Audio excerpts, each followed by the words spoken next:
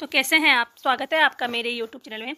आज की वीडियो में हम यहाँ पे देखेंगे जो उत्तराखंड परीक्षा वाणी 2024 की जो यहाँ पे एक सीरीज चल रही थी, जिसमें हम उत्तराखंड संक्षिप्त अवलोकन सीरीज है, जिसमें परीक्षा वाणी सीरीज का जो पहला चैप्टर है उसके हम सभी यहाँ पे वन लाइनर को प्रश्नों के रूप में कवर कर रहे हैं। तो आज की जो वीडियो है ये यहाँ पे 5वीं क्लास है आज की वीडियो में। इससे पहले हमने यहाँ पे 4 वीडियो यहाँ पे कंप्लीट हो गई हैं। अगर आपने वो वीडियो नहीं देखे हैं तो आप प्लेलिस्ट में जाके देख सकते हैं।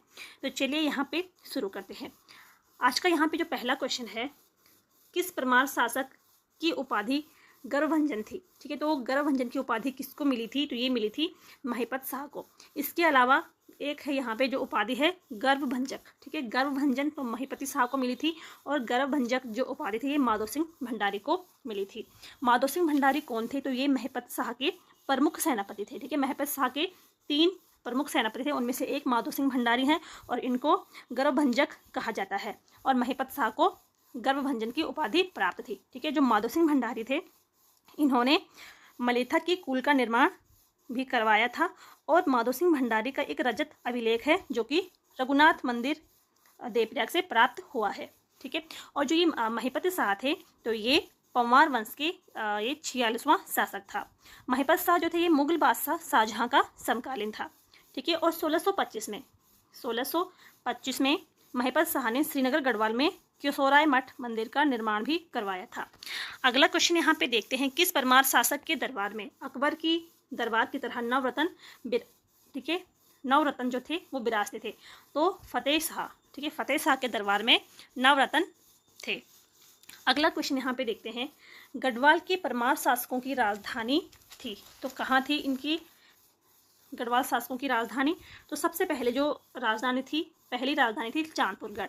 चांदपुरगढ़ में किसने राजधानी बनाई थी, जो कि टनकपाल थे, उन्होंने यहाँ पे अपनी राजधानी बनाई थी। इसके बाद थोड़े से समय के लिए भिलंग घाटी में राजधानी जाती है, और ये किसने भिलंग घाटी में अपनी राजधानी बनाई है, तो जो परमार वंश का 24वां शासक था सोनपाल ने कुछ समय के लिए भिलंग घाटी में अपनी राजधानी बनाई थी। ठीक है, भिलंग घाटी के बाद पुनः जो राजधानी है वापस चांदपुरगढ़ जाती है, और कौन ले जाता है, तो ये 33वां जो शासक था आसलदेव। ठीक है, आसलदेव दोबारा से चांदपुरगढ़ में राजधानी बनाते हैं। इसके बाद फिर देवलगढ़ में राजधानी जाती है, देवलगढ़ में अजयपाल राजधानी बनाते हैं।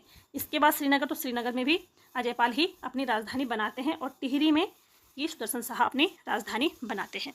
अगला क्वेश्चन यहाँ पे देखते हैं, गढ़वाल पर गोरखों का प्रथम आक्रमण कब हुआ था। तो गढ़वाल में गोरखों का जो प्रथम आक्रमण हुआ था वो हुआ था 1791 में। अगला यहाँ पे जो क्वेश्चन है, गोरखाओं को 1803 में किसके नेतृत्व में गढ़वाल पर विजय मिली थी। तो जब गोरखाओं ने 1803 में गढ़वाल पर आक्रमण किया था, तो इस सेना का नेतृत्व किसने किया था, तो अमर सिंह थापा व हस्तिदल चौतरिया ने नेतृत्व किया था। अगला क्वेश्चन है, गोरखाओं और प्रद्युमन शाह के बीच खुड़बुड़ा मैदान देहरादून में अंतिम युद्ध कब लड़ा गया। ठीक है, तो खुड़बुड़ा मैदान कहाँ है, ये देहरादून में है, और खुड़बुड़ा मैदान पे किन किन का युद्ध हुआ था, तो गोरखाओं और प्रद्युमन शाह कि यहाँ पे इन दोनों के बीच में युद्ध हुआ था, और इसी युद्ध में जो प्रद्युमन शाह थे वो वीर गति को प्राप्त हो गए थे। ठीक है, तो किसने कब हुआ था ये युद्ध, तो ये युद्ध हुआ था 14 मई 1804 को। अगला क्वेश्चन यहाँ पे देखते हैं, कुमाऊं पर गोरखाओं का अत्याचार पूर्ण शासन, ठीक है, जिसे गोरख्याली भी कहते थे, तो कितने वर्ष तक रहा था। तो कुमाऊं में गोरखाओं का जो शासन था वो 25 वर्ष तक रहा था, और गढ़वाल पर 10.5 साल तक गोरखाओं ने शासन किया। अगला यहाँ पे क्वेश्चन देखते हैं, नेपाल नरेश के प्रतिनिधि के रूप में जो गढ़वाल कुमाऊं में शासन करता था उसे क्या कहते थे, तो उसे कहते थे सुब्बा या सूबेदार। ठीक है, इसमें क्वेश्चन पूछा जाता है कि कुमाऊं का पहला गोरखा सुब्बा कौन था, तो पहला जो गोरखा सुब्बा था वो था जोगामल। ठीक है, और अंतिम गोरखा सुब्बा कौन था कुमाऊं का, तो वो था बमसा चौतरिया। अगला क्वेश्चन यहाँ पे देखते हैं, गोरखा शासन के दौरान पुंगाड़ी क्या था। ठीक है, तो पुंगाड़ी एक कर था, और किस प्रकार का कर था, ये एक भूमि कर था, या इसको पुंगड़ी कर भी कहा जाता है। इसके अलावा यहाँ पे एक और कर था तानकर कर। ठीक है, तो ये जो तानकर कर था ये कपड़ों पर लगने वाला कर था। यहाँ पे जो कर थे, ठीक है, पहाड़ी पशुचारकों से लिया जाने वाला जो कर था तो उसे कहते थे दोनियागर। ठीक है, और एक रहता कर था जो गांव छोड़कर जो गांव को छोड़कर चले जाते थे, भागते थे, तो भागने वाला जो कर लगता था उसको रहता कर कहा जाता था। और ब्राह्मणों पर जमीन हथियाने पर लगने वाला जो कर था तो उसे कुसही कर कहा जाता था। तो ये जो सारे कर थे ये गोरखाओं के कर प्रणाली थी। यहाँ पे टीका भेंट कर जो विवाह या शुभ अवसरों पर लिया जाता था। इसके अलावा यहाँ पे मरोकर जो वो पुत्रहीन व्यक्ति से लिया जाने वाला कर था। आगे यहाँ पे देखते हैं, गोरखा शासन में ब्राह्मणों पर लगने वाला जो कर था उसे कुसही कर कहा जाता है। गोरखाओं को पराजित करने के लिए किस गढ़वाल नरेश ने अंग्रेजों से मदद मांगी थी? तो अंग्रेजों से मदद मांगी थी सुदर्शन शाह ने। और जो सुदर्शन शाह थे ये प्रद्युम्न शाह के पुत्र थे। अंग्रेजों ने सुदर्शन शाह से गढ़वाल का कितना भाग धोखे से हड़प लिया? तो इन्होंने पूर्वी जो आधा भाग था, ठीक है, पूर्वी का जो आधा भाग था अंग्रेजों ने सुदर्शन शाह से ले लिया था। जब सुदर्शन शाह ने अंग्रेजों से इन्होंने मदद मांगी थी गोरखाओं के साथ युद्ध लड़ने के लिए, तो उस समय इन दोनों की भी संधि होती है। और जो ब्रिटिश जो सेना थी वो सुदर्शन शाह से कहते हैं कि इस युद्ध में हमारी जो सेना है उसको जितनी भी क्षति हुई थी उसका तुम हमें पैसे दोगे। लेकिन यहाँ पे जो सुदर्शन शाह थे वो पैसे देने में असमर्थ थे, तो इसीलिए अंग्रेजों ने धोखे से उनकी गढ़वाल का कुछ भाग हड़प लिया था, जिसे ब्रिटिश गढ़वाल कहा गया। अगला क्वेश्चन है यहाँ पे, नेपाल सरकार द्वारा संगोली की संधि की गई थी। तो संगोली की जो संधि होती है ये होती है 4 मार्च 1816 को। सुदर्शन शाह ने अपनी राजधानी श्रीनगर से हटाकर कहाँ स्थापित की थी? तो इन्होंने अपनी राजधानी बनाई थी टिहरी में। और कब बनाई थी? 1815 में। टिहरी रियासत की पीढ़ी दर पीढ़ी बनाए रखने के लिए अंग्रेजों और सुदर्शन शाह के मध्य संधि कब हुई थी? तो ये हुई थी 4 मार्च 1820 में, ठीक है। इस संधि में क्या हुआ था कि जो टिहरी रियासत के राजा थे सुदर्शन शाह, तो इनके और ब्रिटिशों के बीच यहाँ पे संधि हुई थी कि टिहरी रियासत में सुदर्शन शाह के बाद उनकी ही पीढ़ियों का शासन होगा। टिहरी में पुराना दरबार नामक राजप्रासाद का निर्माण कराया था। तो टिहरी में 2 यहाँ पे प्रसिद्ध महल थे जिसको कहा जाता था पुराना दरबार और नया दरबार। तो पुराना दरबार था, इसका जो निर्माण कराया था सुदर्शन शाह ने कराया था। और जो नया दरबार है इसका जो निर्माण कराया था तो वो कीर्ति शाह ने कराया था। आगे यहाँ पे देखते हैं, तो सुदर्शन शाह द्वारा रचित ग्रंथ सभासार के कितने भाग हैं? तो जो सभासार है इसके जो भाग हैं वो 7 भाग हैं। सभासार जो लिखी गई है, जो ये ग्रंथ लिखा गया, इसका जो नाम है वो है सूरत कवि। इसकी जो भाषा है तो ब्रज भाषा में। और कब की ये रचना है? तो 1828 की ये रचना है। किस पंवार शासक ने टिहरी में अंग्रेजी शिक्षा शुरू करवाई थी? तो ये करवाई थी प्रताप शाह ने।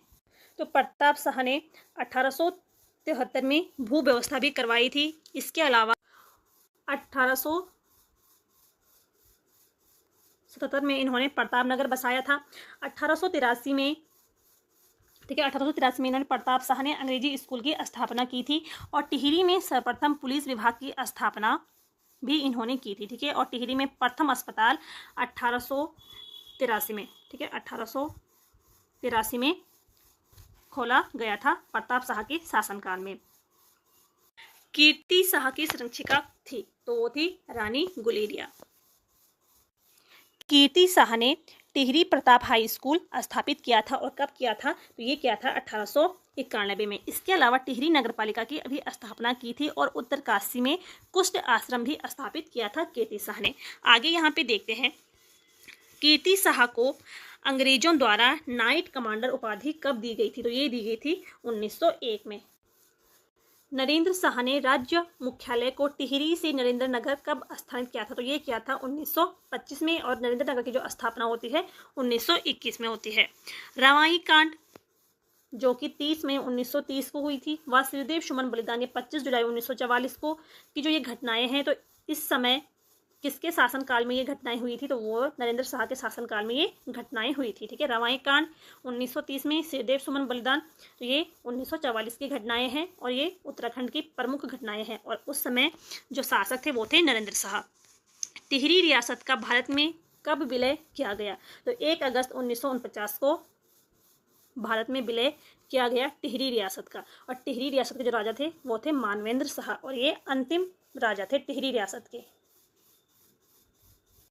अंग्रेजों ने प्रथम कुमाऊं कमिश्नर किसे नियुक्त किया था? तो वो किया था कर्नल गार्डनर को। ठीक है, इनको ई गार्डनर भी कहा जाता है। कुमाऊं के कमिश्नर को टिहरी रियासत में अंग्रेजों का राजनीतिक प्रतिनिधि बनाया गया था। तो कब बनाया गया था? दिसंबर 1842 में। आगे यहाँ पे देखते हैं 1815 में अल्मोड़ा से श्रीनगर के मध्य डाक सेवा की शुरुआत की थी। तो ये किसने की थी? ई गार्डनर ने। ठीक है, ई गार्डनर ने 1815 में अल्मोड़ा से श्रीनगर के मध्य डाक सेवा शुरू की थी। और पूरे उत्तराखंड में डाक सेवा किसने शुरू की थी? तो ये की थी विलियम ट्रेल ने। आगे यहाँ पे देखते हैं कमिश्नर ट्रेल द्वारा किस वर्ष पटवारी पद का सृजन किया गया था? तो ये किया गया था 1819 में। ठीक है, 1822 में आबकारी विभाग की स्थापना होती है और 1823 में पंचशाला बंदोबस्त होता है। किस कमिश्नर के काल को ना वकील, ना दलील, ना अपील कहा जाता है? तो ये कहा जाता है जॉर्ज विलियम ट्रेल के काल को। ठीक है, शासनकाल को कहा जाता है। कुमाऊं के प्रथम थाने की स्थापना कब और कहाँ की गई थी? तो कुमाऊं की प्रथम थाने की स्थापना अल्मोड़ा में की गई थी। और कब की गई थी? तो 1837 में की गई थी। पौड़ी जिले का गठन किस कमिश्नर के काल में हुआ था? तो पौड़ी जिले का जो गठन हुआ था टॉम लूसीगटन के शासनकाल में हुआ था 1840 में। और इसे इन्होंने ब्रिटिश गढ़वाल का मुख्यालय भी बनाया था। इसके बाद 1843 में, ठीक है, 1843 में नैनीताल में थाना भी स्थापित किया गया और 1848 में अल्मोड़ा में लूसीगटन की अध्यक्षता में डिस्पेंसरी कमेटी गठित की गई थी। आगे यहाँ पे देखते हैं तराई इम्प्रूवमेंट फंड की स्थापना कब की गई? तो ये की गई थी 1883 में। कुमाऊं में पृथक वन विभाग का गठन किस कमिश्नर के काल में हुआ था? तो ये हुआ था हेनरी रेमजे के काल में। ठीक है, तो वन विभाग की स्थापना कब होती है कुमाऊं में? तो 1868 में होती है और गढ़वाल में उसके एक साल बाद, ठीक है, 1869 में। आगे यहाँ पे देखते हैं कुमाऊं और गढ़वाल का कमिश्नर जिसने राजस्व पुलिस प्रणाली का प्रारंभ किया है। तो वो है रेमजे ने। रेमजे के बाद कुमाऊं का कमिश्नर कौन बना था? तो वो बने थे फिशर। ठीक है, जो इनका जो शासनकाल था 1884 से 1885 तक था। इस कमिश्नर के समय में कुमाऊं कमिश्नरी में हथियारों को लाइसेंस नीति लागू की गई थी। ठीक है, हथियारों के लिए लाइसेंस नीति लागू की गई थी। तो JR ग्रीन के शासनकाल में। आगे यहाँ पे देखते हैं कुमाऊं गवर्नमेंट गार्डन की स्थापना कब की गई थी? कुमाऊं गवर्नमेंट गार्डन की जो स्थापना होती है तो 1909 में होती है। और 1921 में फॉरेस्ट ग्रीवेंस कमेटी का गठन किस कमिश्नर द्वारा किया गया था? तो ये किया गया था पर्सी बिडम के द्वारा। एक यहाँ पे फॉरेस्ट ग्रीवेंस कमेटी है तो इसका गठन होता है 13 अप्रैल 1921 को और इसकी जो अध्यक्षता करते हैं तो P बिडम इसकी अध्यक्षता करते हैं। उद्देश्य क्या था इस कमेटी का? तो जनता में व्याप्त वन कष्टों तथा शिकायतों का अन्वेषण करना। ठीक है, 28 अक्टूबर 1921 को समिति ने अपनी ये रिपोर्ट सरकार को सौंपी थी। तो यहाँ पे फॉरेस्ट ग्रीवेंस कमेटी की स्थापना इसकी गठन कब होती है? 13 अप्रैल 1921 को और P बिडम की अध्यक्षता में। आगे यहाँ पे देखते हैं ब्रिटिश काल का अंतिम भूमि बंदोबस्त किस कमिश्नर के काल में होता है? तो ये होता है NC स्टीव के शासनकाल में। ब्रिटिश काल का ये अंतिम भू बंदोबस्त था और ये 11वां भू बंदोबस्त था। आगे यहाँ पे देखते हैं कुमाऊं कमिश्नरी के एकमात्र भारतीय कमिश्नर कौन थे? तो वो थे KL मेहता। राज्य का प्रथम स्वतंत्रता सेनानी होने का गौरव किसे प्राप्त है? तो ये है कालू मेहरा को। 1857 की क्रांति के दौरान किसने क्रांतिवीर नामक संगठन बनाया था? तो एक यहाँ पे संगठन बना था क्रांतिवीर नामक नाम का। तो ये संगठन बनाया था कालू मेहरा ने। अल्मोड़ा में राजनीतिक संचेतना बढ़ाने के लिए डिबेटिंग क्लब की स्थापना कब हुई थी? तो ये हुई थी 1870 में। राज्य की भाषा कुमाऊनी में प्रथम अखबार अल्मोड़ा अखबार का प्रकाशन कब शुरू हुआ था? तो ये हुआ था 1871 में। कांग्रेस के कलकत्ता अधिवेशन 1886 में भाग लेने वाले उत्तराखंडी थे तो वो थे ज्वालादत्त जोशी। उत्तराखंड में 1903 में हैप्पी क्लब की स्थापना किसने की थी? तो ये की थी गोविंद बल्लभ पंत ने। और कब की थी? तो 1930 में। राज्य में वन नीति के विरोध में व्यापक जन आंदोलन चला था। तो कब चला था? तो 1911 से 1917 के बीच में। अल्मोड़ा कांग्रेस की स्थापना कब की गई थी? ठीक है, तो अल्मोड़ा कांग्रेस की स्थापना होती है 1912 में। और राज्य में होम रूल लीग आंदोलन चलाया गया था। तो कब चलाया गया था? 1913 1914 में, और भारत में ये चलाया गया था 1916 में। ठीक है, तो उत्तराखंड में होम रूल लीग आंदोलन चला था 1914 में, और भारत में, पूरे भारत में 1916 में। तो ये थे आज के कुछ इंपॉर्टेंट क्वेश्चन। उम्मीद है कि आपको यहाँ पे वीडियो पसंद आई होगी। अगर आपको पसंद आई हो तो लाइक करें, शेयर करें, और अगर आप चैनल पर नए हैं तो चैनल को सब्सक्राइब भी ज़रूर करिए। मिलते हैं नेक्स्ट वीडियो में, तब तक के लिए थैंक यू।